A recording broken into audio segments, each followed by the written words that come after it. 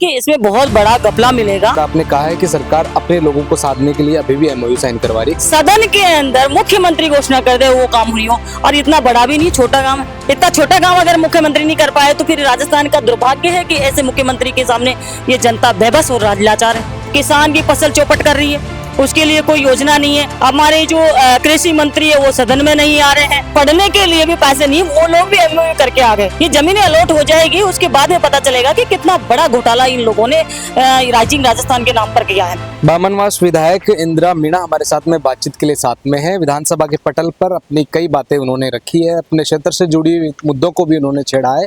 साथ में भारतीय जनता पार्टी के ऊपर कई प्रकार के आरोप भी लगाए हैं। उन्होंने राइजिंग राजस्थान के अंदर भी अपने कुछ लोगों को साधने के लिए एमओयू साइन करवाए हैं, बाकी अभी भी उस प्रक्रिया को खोल रखा है। साथ में गाय के ऊपर राजनीति सहित कई मुद्दों को उठाया है।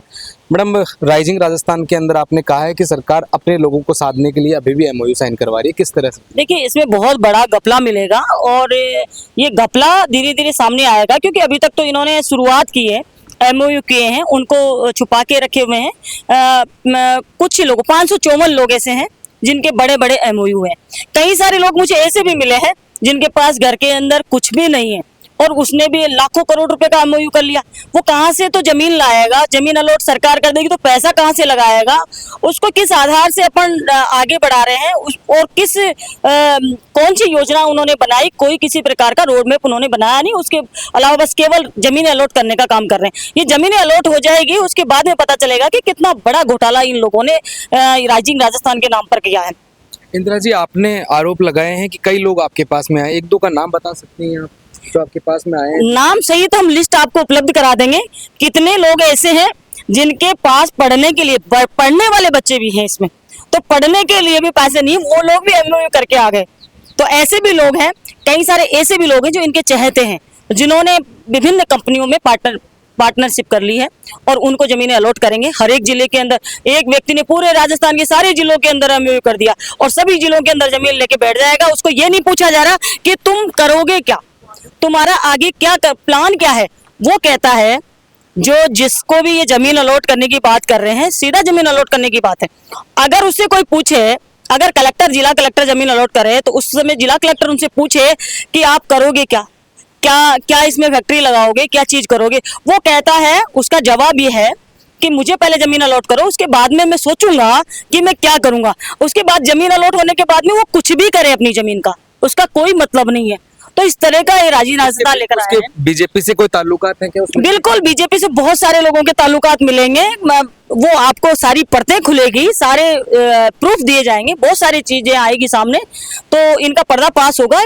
मोटे लेवल पे इन्होंने भ्रष्टाचार सामने आएगा। गाय के ऊपर राजनीति की बात आपने की कि नाम भी बदल दिए हैं, केवल नाम बदलने आते हैं इनको और इसके अलावा कोई काम कर नहीं रहे। देखिए, मेन चीज है कि गाय किसानों की फसलों को चौपट कर रही है, और नाम आवारा मत रखो, निराश्रित रखो, नाम बदलने से फर्क क्या पड़ रहा है।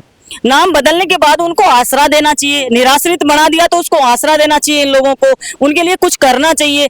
किसान की फसल चौपट कर रही है, उसके लिए कोई योजना नहीं है, कोई उसको मुआवजा देने की बात नहीं कर रहे। हमारे जो कृषि मंत्री है वो सदन में नहीं आ रहे हैं। कृषि मंत्री के पास कोई जवाब ही नहीं है, क्योंकि उन्होंने बहुत सारे वादे जनता से किए, और जिस पद पर वो है, जिस विभाग के मंत्री है, वो जवाब क्या दे।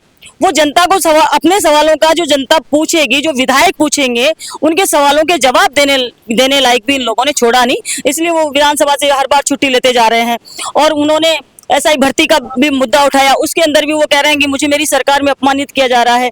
और बाजरा खरीदने की जब मुख्यमंत्री सदन में बोलते हैं कि मैं बाजरा समर्थन मूल्य पर खरीदूंगा, और आज तक वो समर्थन मूल्य पर बाजरा नहीं खरीदा, इससे बड़ी क्या बात हो सकती है कि सदन के अंदर मुख्यमंत्री घोषणा कर दे वो काम हुई हो, और इतना बड़ा भी नहीं, छोटा काम है। इतना छोटा काम अगर मुख्यमंत्री नहीं कर पाए तो फिर राजस्थान का दुर्भाग्य है कि ऐसे मुख्यमंत्री के सामने ये जनता बेबस और लाचार है। इंदिरा मीणा हमारे साथ में थी, बामनवास से विधायक हैं और लगातार सरकार के ऊपर कई प्रकार के आरोप लगाते हुए नजर आ रही है। विधानसभा के पटल पर भी कई बातें इन्होंने कही है, और साथ के अंदर गाय के नाम बदलने को लेकर भी इन्होंने कई प्रकार के बयान दिए हैं। साथ में राइजिंग राजस्थान को लेकर भी इन्होंने कई गंभीर आरोप भारतीय जनता पार्टी के ऊपर लगाए हैं। मेरे सहयोगी जावेद के साथ मैं दीपक कुमार, अपडेट इंडिया, जयपुर।